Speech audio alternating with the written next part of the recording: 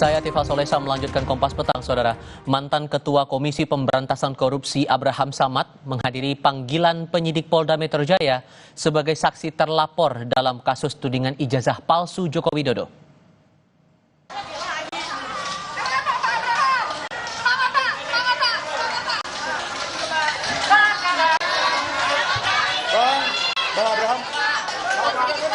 Saat diperiksa pada Rabu pagi, Abraham mengklaim pemeriksaan ini diduga adanya siniar atau podcast Abraham Samad Speak Up yang pernah membahas isu dugaan ijazah palsu Joko Widodo. Meski begitu, ia mengelak isi siniarnya memiliki unsur pidana terkait pencemaran nama baik apa yang dilaporkan Joko Widodo. Mengenai kemungkinan dirinya menjadi tersangka, Abraham menegaskan ia dan tim hukumnya pasti akan melawan.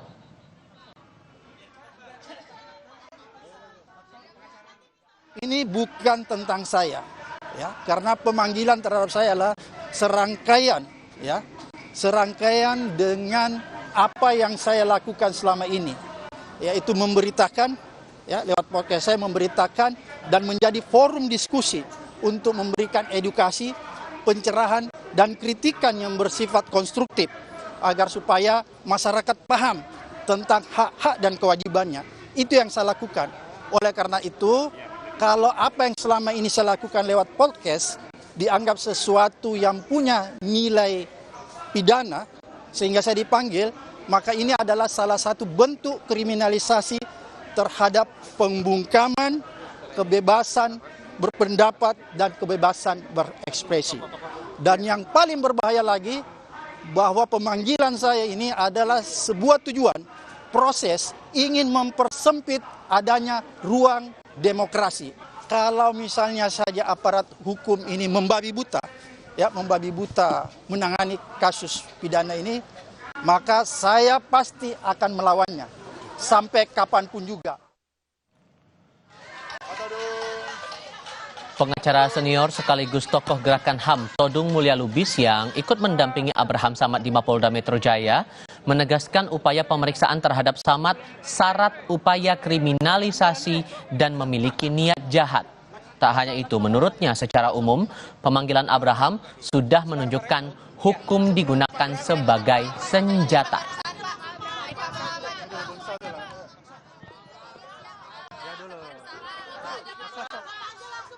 Mas Lakso dulu. Ini ada pengacara saya, Mas Lakso.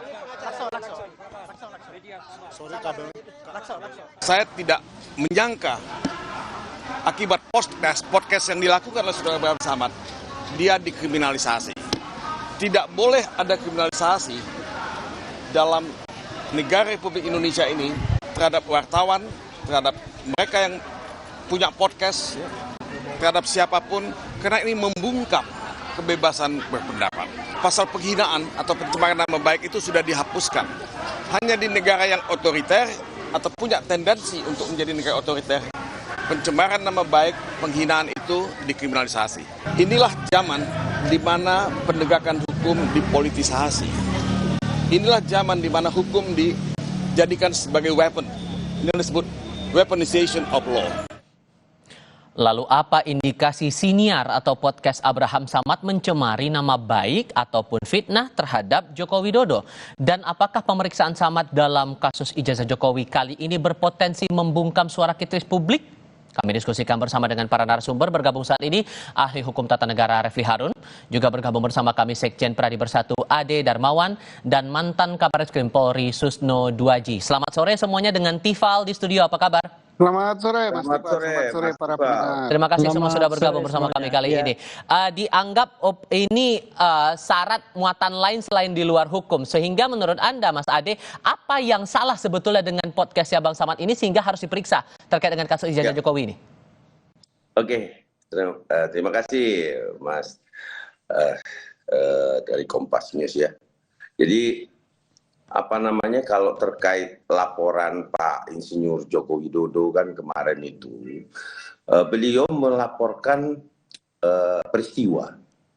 Kemudian peristiwa ini menjadi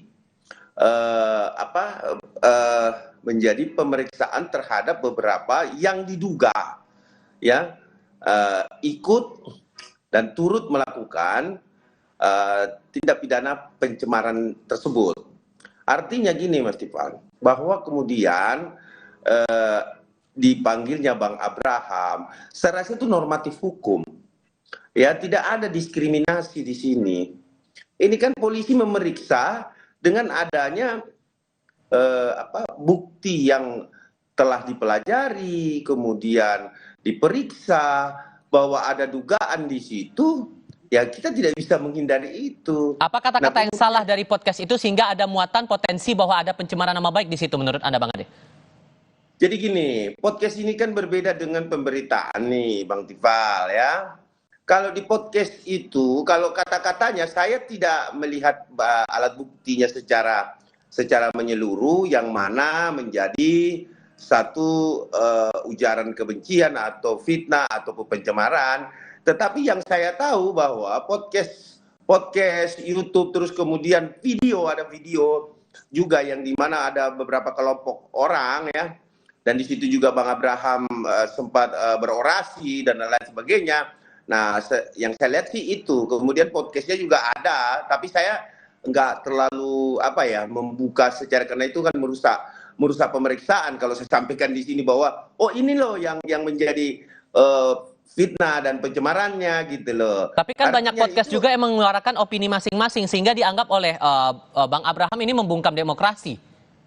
Jadi gini, demokrasi itu sah-sah saja Bang Tifal, tak sepanjang demokrasi itu ya tidak mencemarkan seseorang. Itu yang pertama. Yang kedua adalah kalau kita berbicara demokrasi, Pak Insinyur Joko Widodo ini kan korban dari ujaran kebencian, korban dari fitnah, korban dari tindakan-tindakan di mana beliau dilecehkan betul. Kalau menurut saya beliau dilecehkan betul. Okay. Artinya ya kalau memang mau berdemokrasi tapi jangan juga melakukan yang diduga tindak pidana, yaitu penyampaian pendapat itu tidak tendensius dan menjustifikasi orang. Gitu. Tidak tendensius, tidak menjustifikasi. Nah, Anda, Bung Refli, yang juga punya podcast di sini, dengan adanya kasus semacam ini, Bang Abraham Samad dilaporkan sebagai saksi terlapor, diperiksa hari ini, ngerasa was-was nggak nih? Iya, ini secara umum ya. Saya selalu mengatakan ya, negara yang masih memproses orang yang berpendapat itu demokrasinya pasti sontoloyo gitu ya. Jadi ini bukan soal Abraham Samad atau tidak, tapi bagaimana kita memelihara demokrasi dan konstitusi kita. Itu yang paling penting sesungguhnya. Jadi saya membayangkan ya, ketika reformasi kemarin kita bicara mengenai bagaimana kita demokrasi ditegakkan, konstitusi ditegakkan, karena kita hidup dalam negara otoritarian Orde Baru begitu. Tapi ternyata setelah berapa tahun kejadian seperti ini terjadi lagi. Begini, kalau kita bicara mengenai hak-hak perlindungan seseorang gitu, tentu orang punya hak untuk kemudian misalnya kalau dia merasa dicemarkan dia mengadu, tetapi harus jelas dia dicemarkan pada bagian mana dan kemudian siapa yang diadukannya. Yang terjadi sekarang ini kan seolah-olah orkestrasi sebuah kekuasaan. Karena kalau ditanyakan pada Jokowi, dia hanya mengatakan saya hanya mengadukan sebuah fenomena. Loh, kok bisa ya diadukan sebuah fenomena? Tidak jelas siapa yang dia laporkan, lalu kemudian apa locus delictinya, apa tempus delictinya, dan lain sebagainya. Sehingga unsur fitnah menurut Anda masih ada tidak di situ? Iya, kalau seandainya misalnya dia merasa fitnah atau misalnya pencemaran nama baik, itu kan soal-soal yang terkait dengan delik aduan. Silakan saja dia. Yang jelas harus jelas apa peristiwanya, di mana dia tahu bahwa dia difitnah, lalu siapa yang mau dia laporkan dan lain sebagainya. Sekarang kan tidak jelas.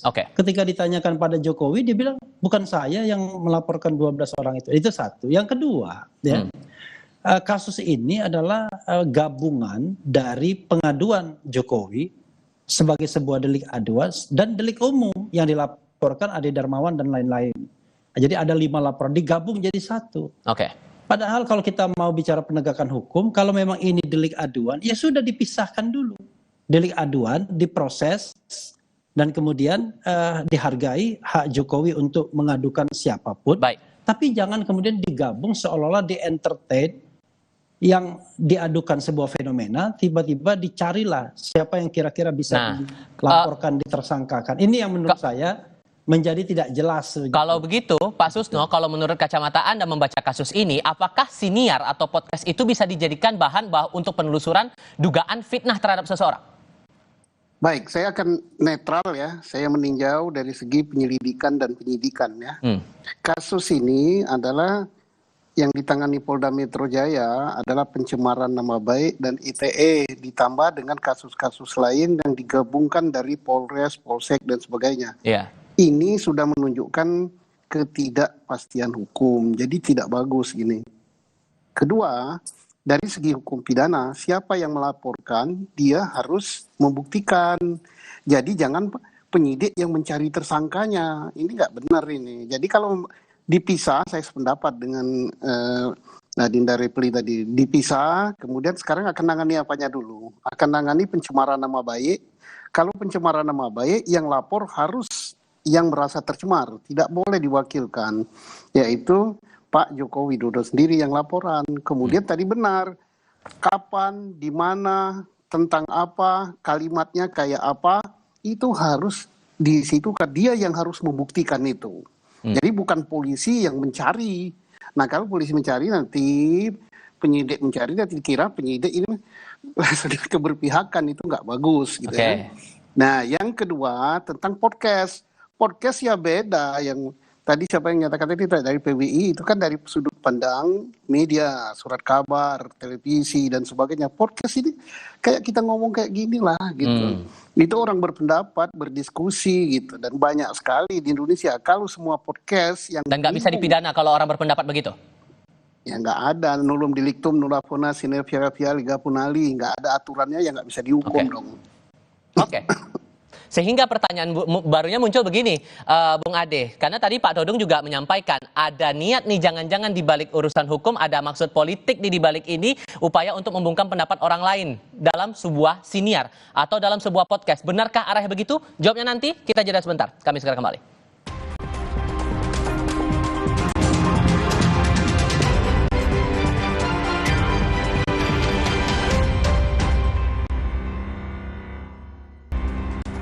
Kata Bang Todung di Mapolda, Mas Ade, hukum saat ini sudah dijadikan sebagai senjata, bahkan ada tudingan politis di balik kasus ini. Memang arahnya mau ke sana? Kalau saya melihat ini normatif hukum ya. Artinya begini, Bapak Insinyur Joko Widodo itu kan memiliki hak yang sama dengan warga negara lain, warga negara yang ada di Indonesia, masyarakat Indonesia. Intinya, apa yang dilaporkan peristiwa tersebut, kemudian ditemukan bukti-bukti pada perjalanannya, dan memanggil beberapa orang terlapor, dianggap terlapor, ya, karena gini, saya perlu jelaskan dulu sedikit ya, bahwa ada 2 laporan itu yang saat ini berada di Polda Metro Jaya. Laporan 4 menjadi 1 kemarin ya. 4 menjadi 1, itu 160, 28 ayat 2, ITE ya. Nah, terus kemudian ada laporan pencemaran 310, 311, 32, 45A. Itu dari Bapak Insinyur Joko Widodo sendiri ya yang melaporkan. Jadi kalau terkait pemanggilan dan pelaporan ini normatif hukum kok. Tidak ada sama sekali tendensi politik. Yang mempolitisasi bisa saja orang-orang yang dipanggil dengan mengajak semua unsur beramai-ramai untuk mengatakan bahwa terjadi pembungkaman demokrasi. Siapa tuh yang duduk kalau gitu menurut Anda? Demokrasi saja. Demokrasi sah-sah saja, Mas Tipal. Tetapi kita juga tidak bisa menutup mata terhadap demokrasi hukum. Artinya kebebasan-kebebasan kan udah banyak juga. Jadi gini loh, kalau kita bilang bahwa ada perbedaan, tidak ada equal karena dia adalah, mohon maaf, Bang Abraham Samad adalah mantan ketua KPK nih, ya kan, nggak bisa dihukum dong, ada privilege atau apa, kan semuanya sama. Tapi yang hari ini yang ditunjukkan Bang Abraham Samad ya saya sangat luar biasa support. Kenapa? Bahwa beliau datang. Oke, Gentleman. ya.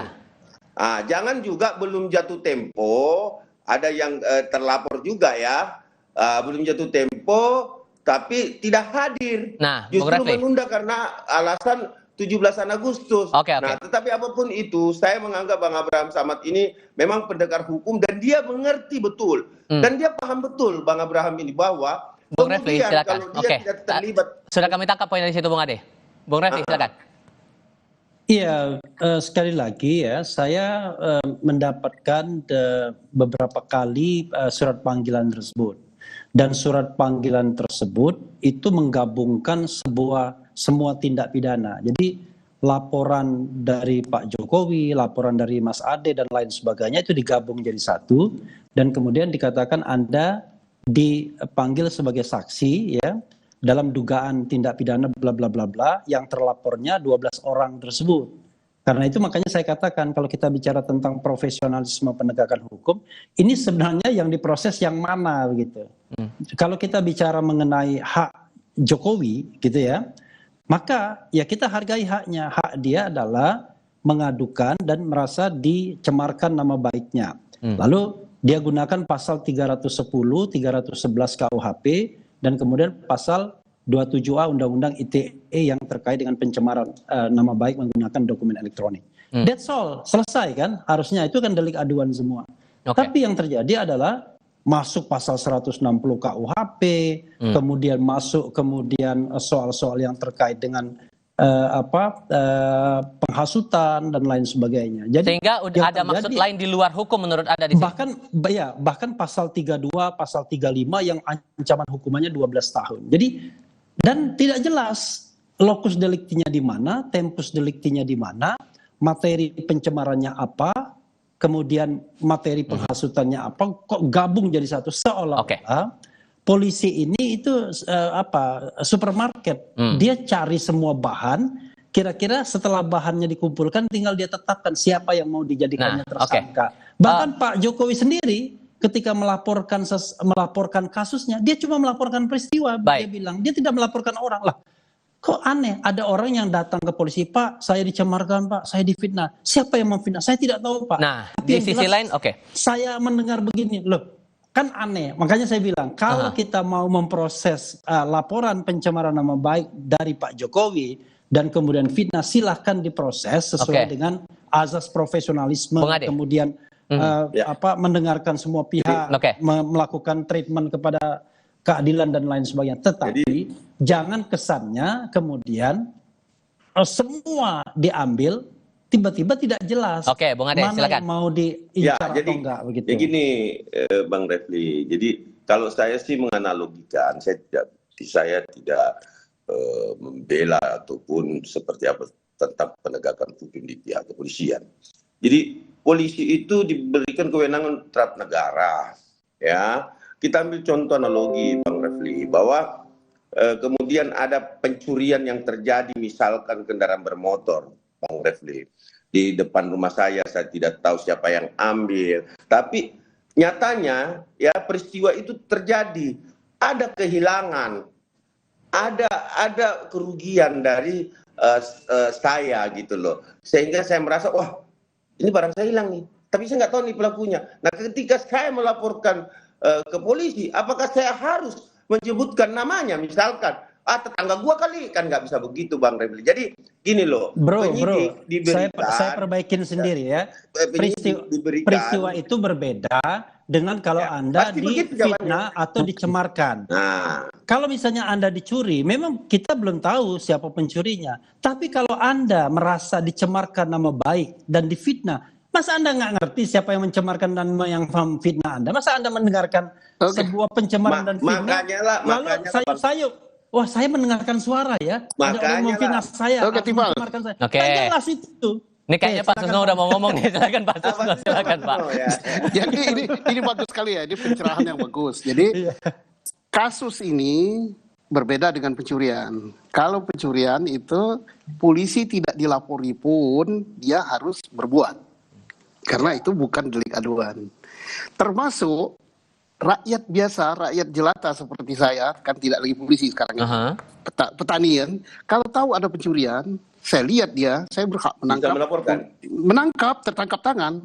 Ya. Nah, serahkan pada Polri. Tetapi saya mengetahui ada seseorang yang dicemarkan nama baiknya, saya nggak boleh melapor dong.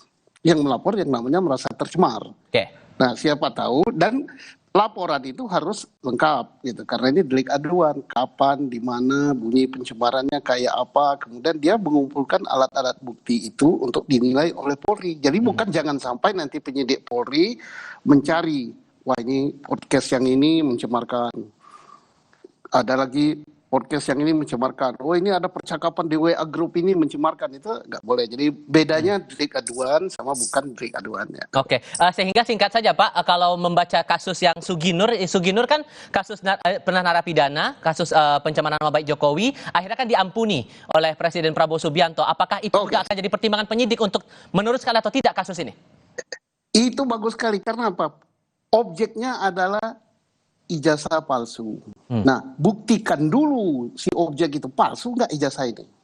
Nah, kalau ijazahnya betul-betul palsu, ya bukan cemarkan nama baik, namanya membuat berita bahwa ijazah itu palsu gitu. Tapi kalau ijazahnya asli dikatakan palsu, ya baru itu mencemarkan nama baik. Oke, sudah kami tangkap poin dari situ. Pak Susto, Bang Ade, Bung Refli, terima kasih sudah berdiskusi bersama kami kali ini. Selamat sore semuanya. Terima kasih. Ya, makasih. Laporan mancanegara hadir sebentar lagi. Pemerintah Indonesia kembali menyalurkan bantuan kemanusiaan bagi warga Palestina berupa 8.000 ton beras dan bahan makanan. Bantuan akan didistribusi via udara.